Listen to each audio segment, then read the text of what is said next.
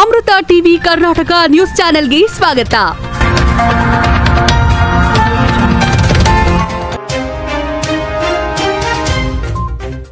ಕೆರೂರ್ನಲ್ಲಿ ಲೋಕಾಯುಕ್ತರ ದಾಳಿಗೆ ಪಿಎಸ್ಐ ಬಲಿ.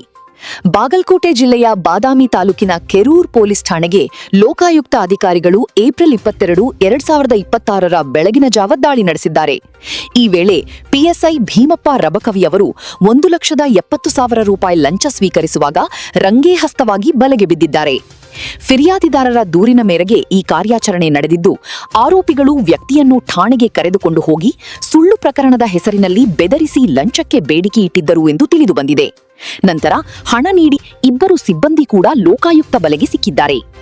ಐಪಿಎಸ್ ಅಧಿಕಾರಿ ಎಂಬಿ ನಂದಗಾವಿಯವರ ಮಾರ್ಗದರ್ಶನದಲ್ಲಿ ಡಿಎಸ್ಪಿ ಸುರೇಶ ರೆಡ್ಡಿ ನೇತೃತ್ವದಲ್ಲಿ ದಾಳಿ ಯಶಸ್ವಿಯಾಗಿ ನಡೆಯಿತು. ಭ್ರಷ್ಟಾಚಾರ ಕಂಡುಬಂದರೆ ತಕ್ಷಣ ಲೋಕಾಯುಕ್ತರಿಗೆ ಮಾಹಿತಿ ನೀಡುವಂತೆ